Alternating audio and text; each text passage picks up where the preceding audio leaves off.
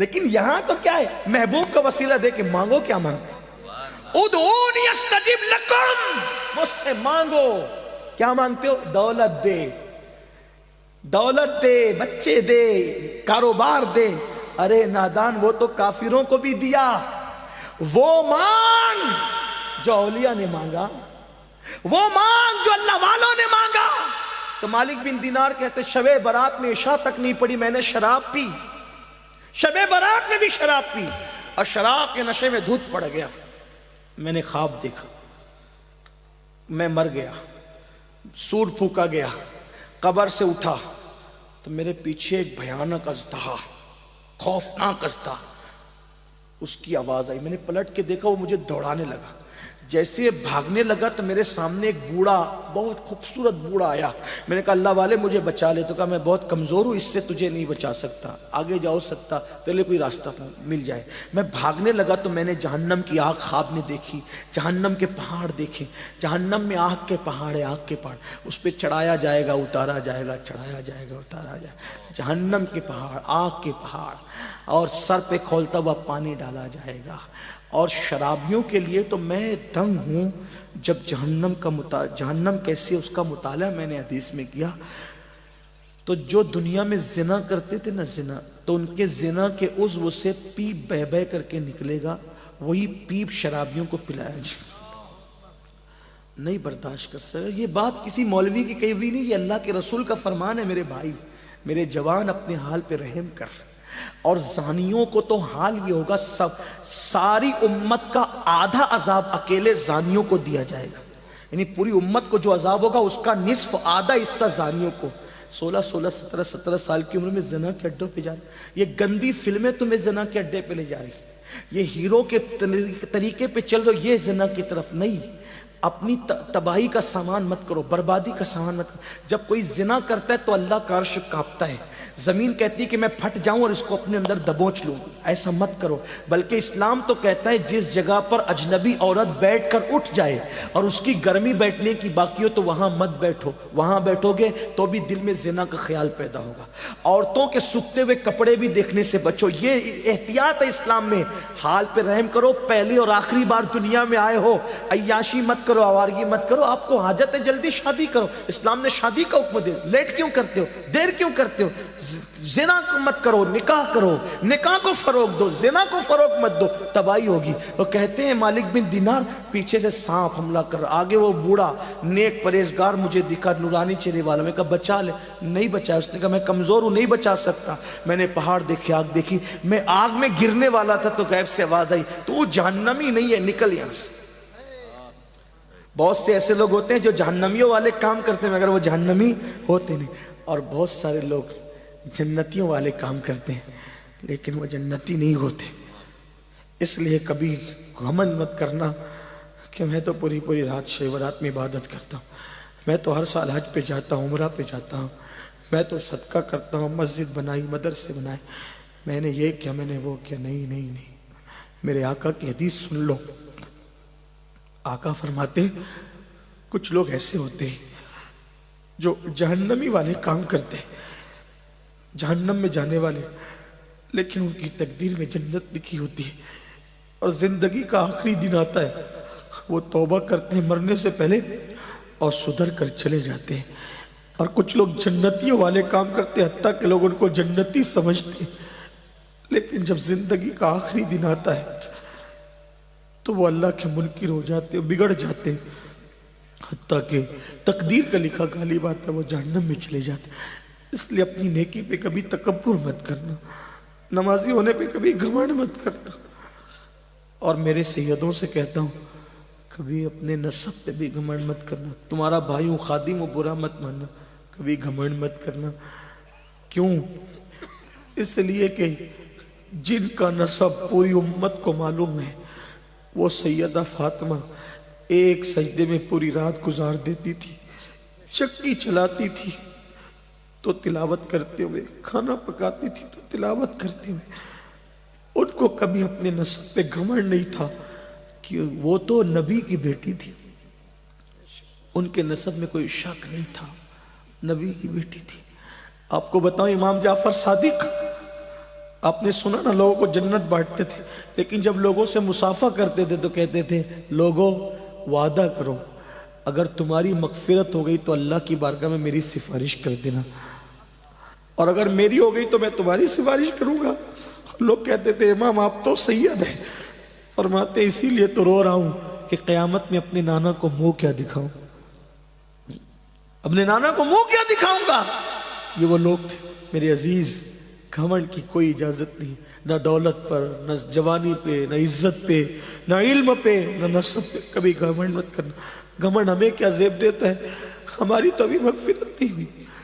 حضرت سیدنا اویس قرنی ایک کچرے کی کنڈی پر چندی اٹھانے کے لیے گئے، پیون لگانے کے لیے، کتا بھونکنے لگا، کتے کو بھونکتے ہوئے دیکھا تو کہا مجھے مت بھونک، تیرے نصیب کا تو لے، میرے نصیب کا مجھے لینے دے۔